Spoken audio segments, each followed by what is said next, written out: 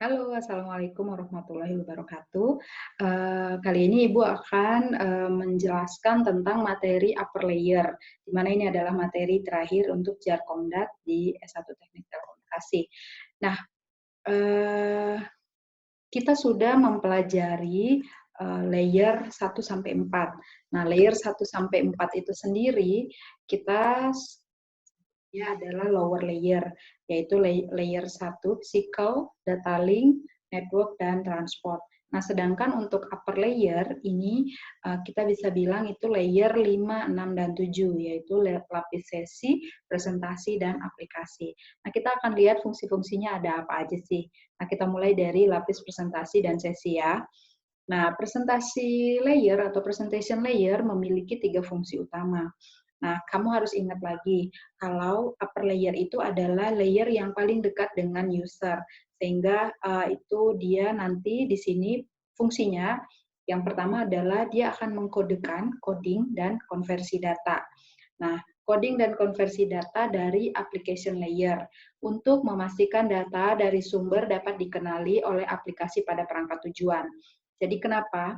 Karena kan nanti dari, misalnya kita dari user pengirim gitu ya, kita mengirimkan misalnya datanya apa. Nah, itu kan harus dikonversi karena akan turun ke layer bawah dan nanti akan ditransmisikan ke media transmisi. Nah, itu kan akan berbeda bentuknya. Nah, jadi ini menjadi penting pada saat apa? Pada saat kita mengkodekan dan mengkonversi. Karena nanti haruslah di penerima pada saat dikonversi ulang itu harus bisa dikenali, kan seperti itu ya. Nah, lalu fungsi berikutnya adalah kompresi dan dekompresi data. Jadi kalau di layer 1 juga kemarin kita belajar kalau sebenarnya layer tersebut juga mengkompres data agar lebih ringan pada saat ditransmisikan. Nah, ternyata di presentation layer juga terjadi kompresi. Nah, sedangkan di ini untuk memudahkan atau meringankan pas pada saat pengiriman di media transmisi. Tapi itu menjadi penting agar nanti di penerima pada saat dikompresi atau kompresi ulang kembali ke awal itu tidak ada data yang rusak. Lalu yang ketiga ini lebih mendukung ke keamanan, yaitu enkripsi dan dekripsi data. Nah, kalau di sini jadi di enkripsi dan di deskripsi itu untuk keamanan. Oke, kita lanjut. Nah, di sini ada penjelasannya, coding dan kompresi. Proses antara dua sistem biasanya mempertukarkan informasi dalam bentuk karakter string, nomor, dan lain-lain. Nah, misalnya kita mengirim email, seperti itu ya. Nah, itu kan ada karakter string, nomor, dan lain-lain. Nah, informasi ini kan harus diubah menjadi bit stream sebelum ditransmisikan. Karena kan kalau turun ke layer bawah, nanti di layer 1 kan dia dalam bentuk bit. Nah, karena komputer yang berbeda menggunakan sistem encoding yang berbeda, nah maka layer presentasi bertanggung jawab terhadap interoperability antara metode encoding yang berbeda ini. Jadi interoperability. Jadi harus memastikan kalau di penerima dan pengirim bisa membaca informasi yang dikirimkan. Lalu jangan sampai pada saat sudah dikodekan, nanti pada saat di decode ya di penerima itu nggak bisa. Nah itu tidak boleh seperti itu. Nah, lalu layer presentasi di pengirim mengubah informasi dari format yang dimilikinya menjadi format umum. Nah, layer presentasi pada penerima mengubah format umum menjadi format yang dimengerti penerima. Nah, itu penjelasan dari coding dan kompresi. Salah satu fungsi dari layer presentasi. Nah, layer presentasi fokus terhadap sintaks dan semantik dari informasi yang dipertukarkan antara dua sistem. Dulu di awal kita udah bahas ya, ada sintaks dan semantik. Nah, implementasi dari layer presentasi biasanya tidak terkait dengan protokol stack tertentu. Contohnya, standar untuk video dan grafik, misalnya QuickTime dan MPEG. Nah, QuickTime adalah spesifikasi dari Apple Computer untuk video dan audio, dan MPEG biasanya standar ya, yang kita paling banyak pakai. Nah, itu untuk video. Jadi tidak ada masalah. Nah, hanya itu aja tadi fungsi dari layer presentasi. Jadi yang pertama tadi dia adalah coding dan konversi data, yang kedua dia tadi apa? Kompresi dan dekompresi, lalu yang ketiga adalah tadi enkripsi dan dekripsi. Nah, sekarang kita masuk ke fungsi session layer. Nah, layer session merupakan, namanya juga session, sesi. Jadi dia mengatur dialog kontrol pada jaringan. Jadi sesinya diatur. Hal ini termasuk mulai dari establish, maintain, dan synchronize interaksi dalam sistem komunikasi. Jadi dia mengatur sesi itu komplit ya, mulai dari establish, terus setelah establish di maintain, lalu juga synchronize pada saat terjadi komunikasi. Sesinya masih berlangsung. Nah, layer session membangun dan memaintain dialog antara aplikasi pengirim dan penerima, lalu menginisiasi dialog tersebut, lalu tadi maintain, menjaganya tetap aktif, dan melakukan restart session jika terjadi gangguan atau jaringan tersebut idle dalam waktu yang lama. Nah, contoh di sini, dialog control. Session layer mengizinkan dua sistem berkomunikasi dalam mode half duplex atau full duplex. Nah, kalau untuk sinkronisasi ya pasti paham ya. Jadi layer session mengizinkan proses untuk menambahkan checkpoint atau synchronization point untuk streaming data. Maksudnya gimana, Bu? Nah, ini ada contohnya. Misal kan kita streaming data, berarti data yang dikirimkan misalnya banyak. Nah, di sini sistem akan mengirim file misalnya berupa 2000 halaman. Nah, checkpoint ini penting untuk sinkronisasi. Nah, ternyata diatur checkpointnya itu ditambahkan setiap mengirim 100 halaman. Jadi, misal terjadi kasus crash pada saat pengiriman di halaman di 523. Nah, maka hanya halaman 501 sampai 523 saja yang dikirim ulang. Padahal halaman 500 dan sebelumnya tidak perlu dikirim ulang lagi. Jadi maksudnya karena tadi sudah ditaruh checkpoint di tiap 100 halaman, jadi nggak perlu pada saat 523 error, nggak perlu mulai dari nol lagi gitu. Karena dia di tiap 100 halaman terkirim sudah di checkpoint. Seperti itu ya. Nah, fungsi untuk lapis presentasi sama sesi itu tidak begitu banyak, makanya di TCP/IP kita juga melihat kalau kedua fungsi tadi digabungkan menjadi di layer aplikasi. Nah, sekarang kita masuk ke layer aplikasi. Application layer memungkinkan user berinteraksi secara langsung dengan aplikasi software.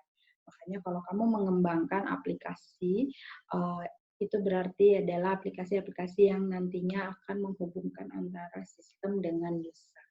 Nah, beberapa implementasi dari layer aplikasi adalah HTTP, FTP, SMTP, RTP, DNS, DHCP, POP3, dan lain sebagainya. Jadi intinya kamu kalau bilang aplikasi, nah berarti dia mengembangkannya untuk apa? Memungkinkan user berinteraksi secara langsung. Jadi itu sangat membantu.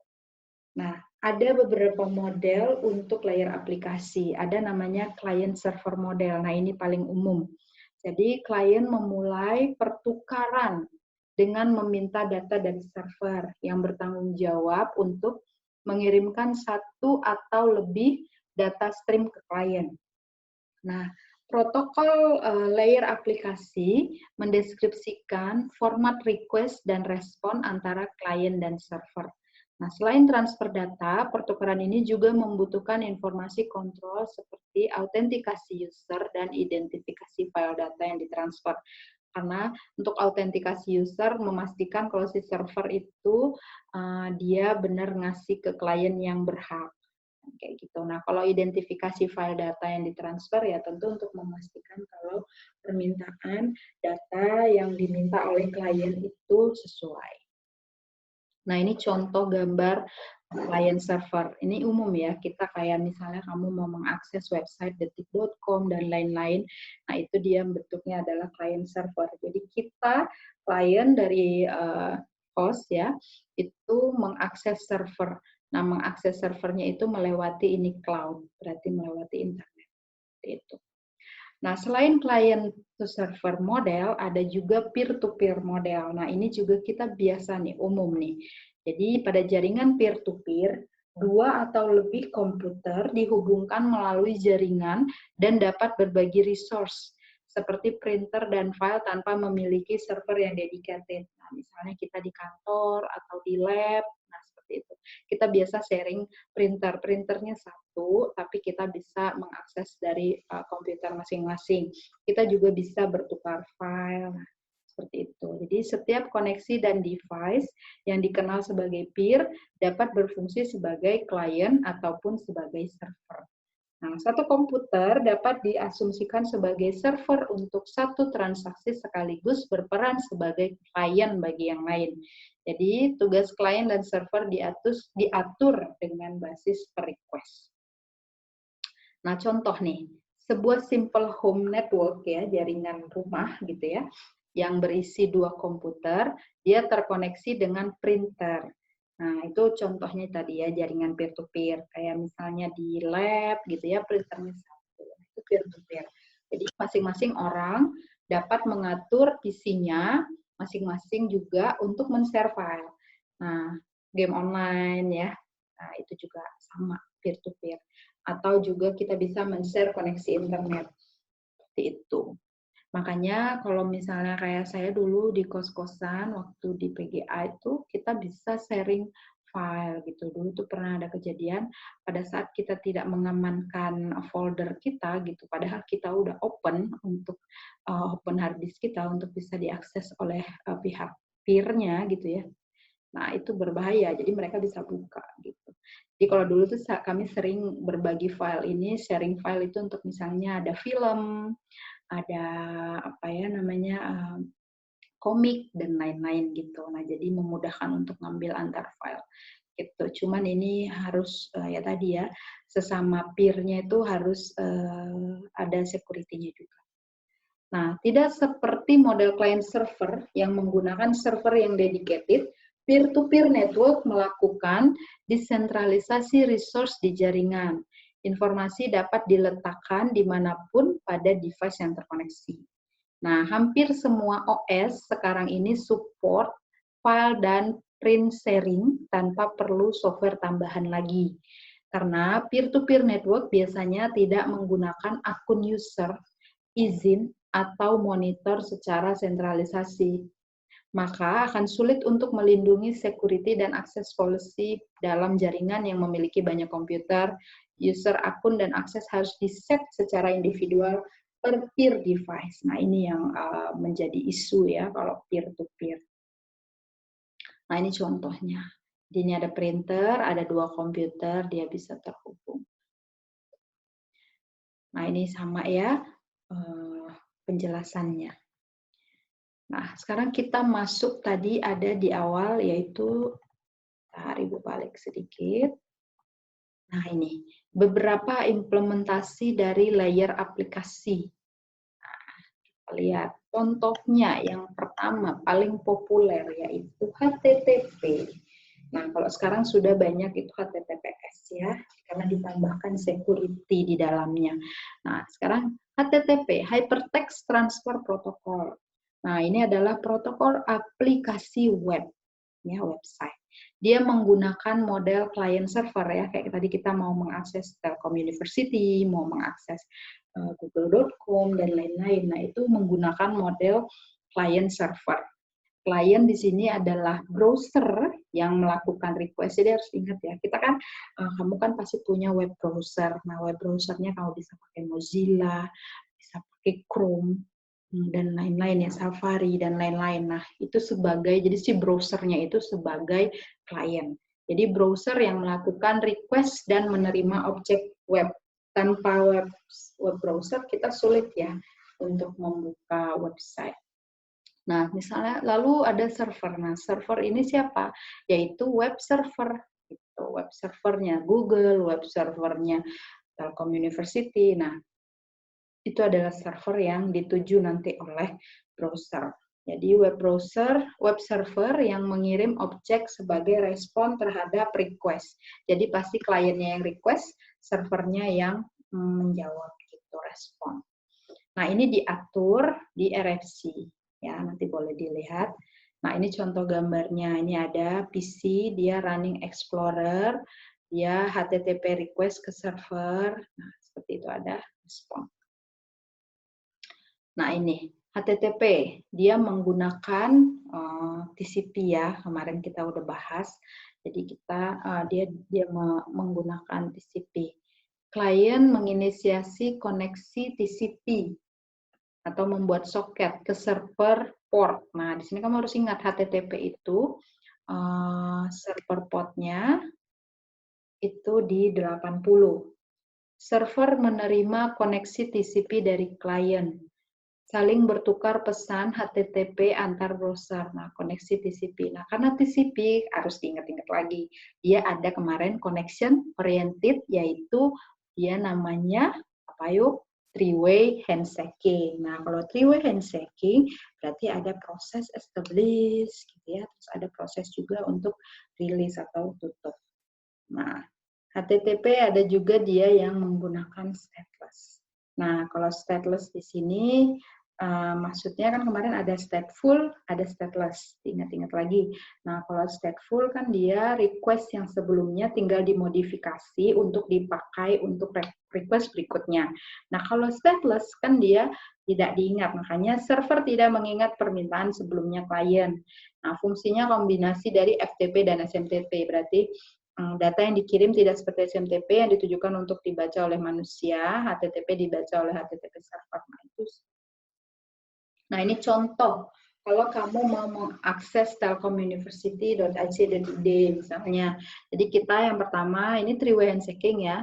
Klien HTTP membuka hubungan. Nah, kita bukakan, kita klik Telkom University di browsernya, lalu nanti browsernya akan mengirim request ke server Telkom University, lalu dibalas kayak gitu ya. Terus kita minta request URL-nya dan lain sebagainya. Nah, ini setiap klikan yang kita mau buka, nah itu terjadi komunikasi seperti ini sampai nanti kita menutup. Nah, jadi intinya pasti ada proses request dan ada proses respon. Nah, itu ya.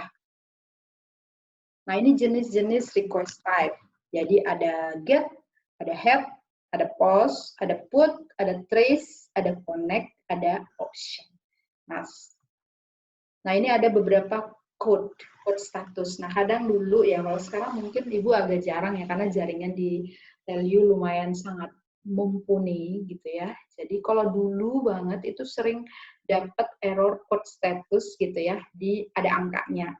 Nah, ternyata itu ada artinya. Nah, di sini kamu bisa lihat, kalau whereas the codes in the ring-nya 100 are only informational. Kalau dia di rank 200, dia mengindicate kalau successful request. Kalau dia di rank 300, redirect the client to another URL. Kalau di range 400 berarti ada error, tapi errornya itu di client side. Nah, kalau sedangkan ada range-nya di 500, itu menandakan ada error, tapi itu di sisi server. Nah, ini contohnya beberapa code status respon HTTP. Ada 200, karena kan tadi di range 200 itu successful ya. Nah, ini permintaan sukses, objek yang diminta sesudah pesan ini. Terus kalau di 300 tadi kita disuruh pindah URL, kayak gitu. Kemudian kalau 400, nah di range 400 tadi ada error, tapi kemungkinan errornya itu terjadi di client side ya, di sisi client. Nah, di 500 itu biasanya di server side. Nah, ini contohnya saja, nanti bisa dilihat lagi. Nah, ini kalau kita mau contoh HTTP protokol, nih kita lagi buka web browser, kita buka misalnya cisco.com. Nah, ini ada jawabannya ya, 200 oke. Nah, ini menandakan kalau sukses dan lain-lain ya. Nah, baru kalau udah sukses, dia baru di fase berikutnya baru muncul tuh gambar-gambar web page. Cuman kalau kita jaringannya sangat bagus ya, jadi akan sangat cepat gitu, akan sangat cepat muncul tampilan ininya ya, kalau tidak ada problem. Kalau tadi kan di 200 oke gitu ya, berarti successful, jadi akan mudah tampil website yang kita tuju. Nah, itu tadi HTTP. Sekarang kita ke berikutnya. Contoh berikutnya itu adalah aplikasi FTP. Nah, FTP ini kepanjangan dari File Transfer Protocol. Nah, biasanya FTP ini dipakai untuk keperluan sharing data. Lalu juga untuk mengakomodasi keperluan remote computer, melindungi user dari sistem penyimpanan data yang bervariasi antara host yang berbeda, lalu mentransfer data secara efisien. Namanya juga File Transfer Protocol. Jadi emang dia fokus di situ. Nah, ini contohnya ya. Jadi transfer file dari dan ke remote host. Nah, dia menggunakan modelnya client server ya. Jadi client server, tadi HTTP juga client server. Diatur di RFC 959. Nah, FTP dia punya nomor port yaitu 21. Jadi itu dia apa? Kadang bisa jadi itu keluar di UAS ya. Jadi tadi HTTP di 80, kalau HTTPS di 443, kalau untuk FTP dia di 21. Di lapis transport kemarin kita bahas juga itu ada alamat-alamat port ya. Nah, ini FTP koneksi data dan kendalinya terpisah. Jadi dia ada khusus untuk port 21 itu sebenarnya untuk control connection. Nah, sedangkan untuk pengiriman datanya dia menggunakan portnya 20. Nah, lalu apa bedanya nih Bu? Ada FTP, ada TFTP. Nah, perbedaannya kalau trivial FTP, dia digunakan untuk aplikasi di mana kedua host tidak memiliki hard disk. Bedanya itu. Kalau tadi FTP kita nyimpannya ke hard disk. Jadi TFTP digunakan untuk mengunduh kode aplikasi yang tidak harus dijalankan di host yang memiliki disk. TFTP menggunakan UDP sebagai protokol transportnya. Itu aja bedanya. Lalu ada SMTP. Nah, SMTP itu dia berpasangan dengan POP3 yang ini dipakai untuk pengiriman email, gitu ya. Nah, kalau SMTP menggunakan TCP sebagai dasar, karena kan email ya yang kita kirimkan itu data, dan email itu penting banget agar dia pasti loss intolerant gitu ya. Jadi dia menggunakan TCP. Nah, kalau SMTP dia portnya itu 25.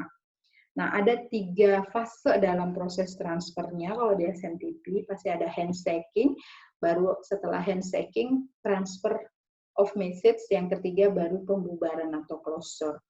Nah, comment and respond bentuknya. Kalau comment dia dalam bentuk ASCII ya, ASCII text. Nah, sedangkan untuk responnya dia bentuknya status codes kayak tadi, ada angka status codes. Nah, message dalam bentuk 7-bit ASCII. Nah, ini contoh gambar-gambarnya, tolong diperhatikan dulu.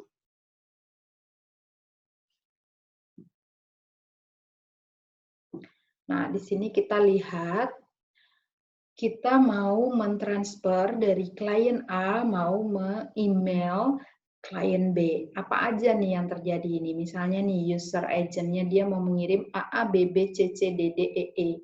Nah, ini akan ditransfer, message transfer agent client. Nah, di sini kan dia MTA, kita bisa bilang.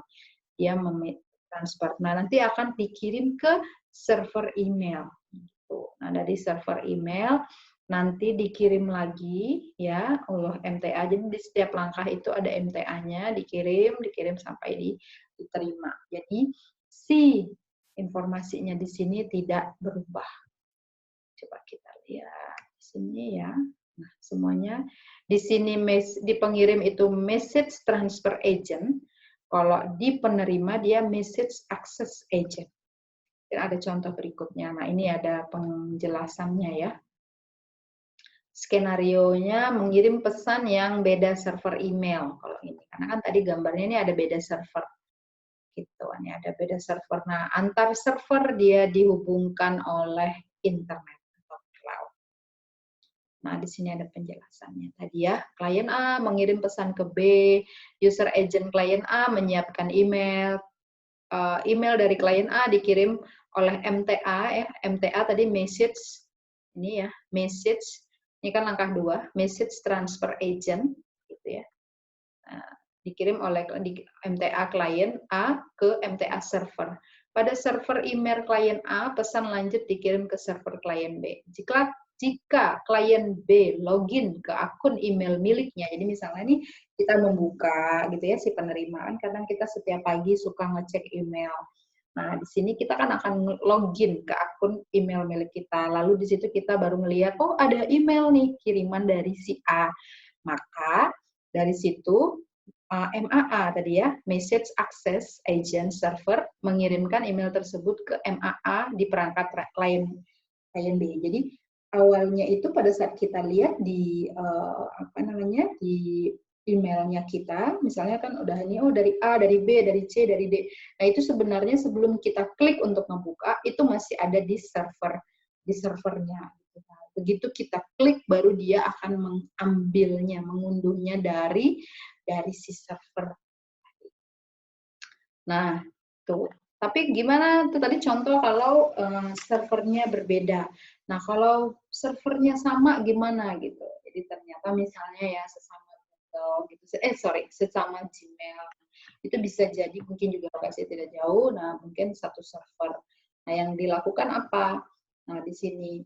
Jadi selain SMTP juga ada POP3. Jadi pas pada saat misalnya di sini dia kirim email, dia akan masuk ke server itu mengirim ke servernya itu menggunakan SMTP. Nah, pada saat kita mau get email, kita mau ambil email, mau buka email, mau baca email, itu pakainya POP protokol.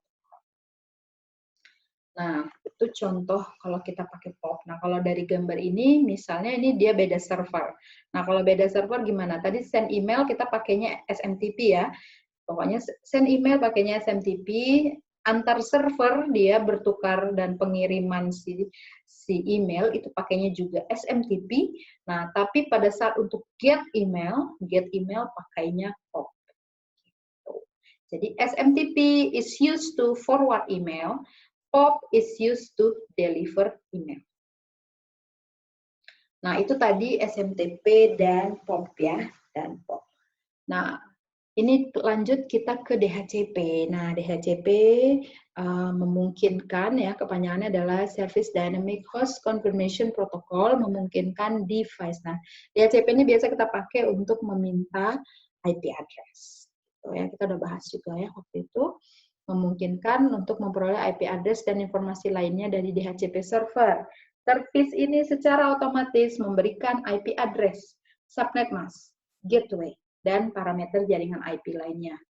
Nah, DHCP ternyata termasuk salah satu implementasi di layer aplikasi.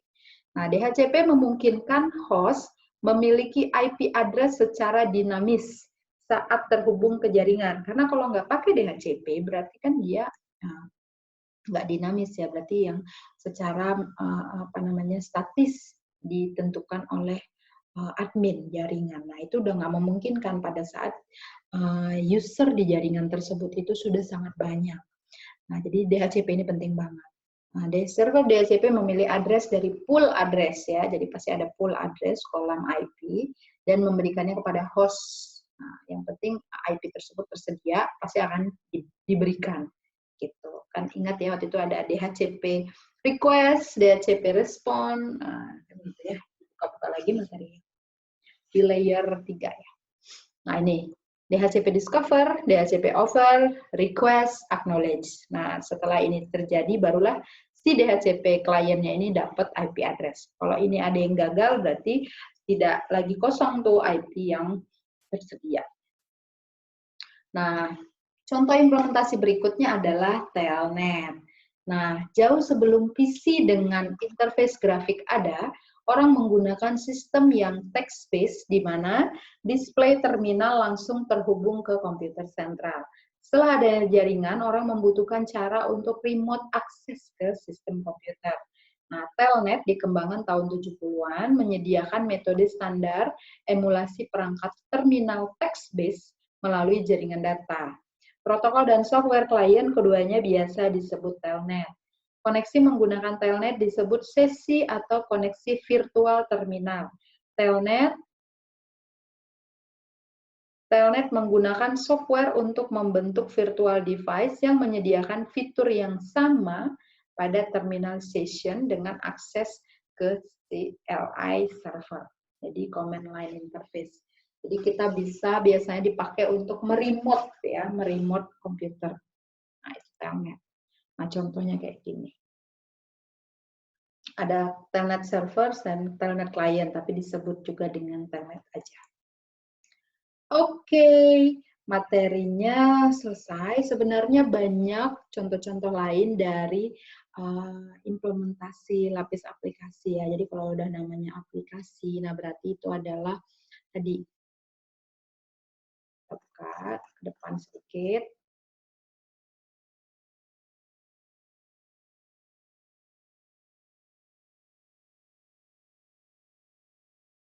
Nah, ya, jadi pastilah kalau kamu bilang, oh saya membuat aplikasi nih, berarti kamu pasti membuat sesuatu ya yang nanti akan memungkinkan membantu user berinteraksi secara langsung dengan aplikasi software. Jadi bisa mengakses. Nah, seperti itu ya. Jadi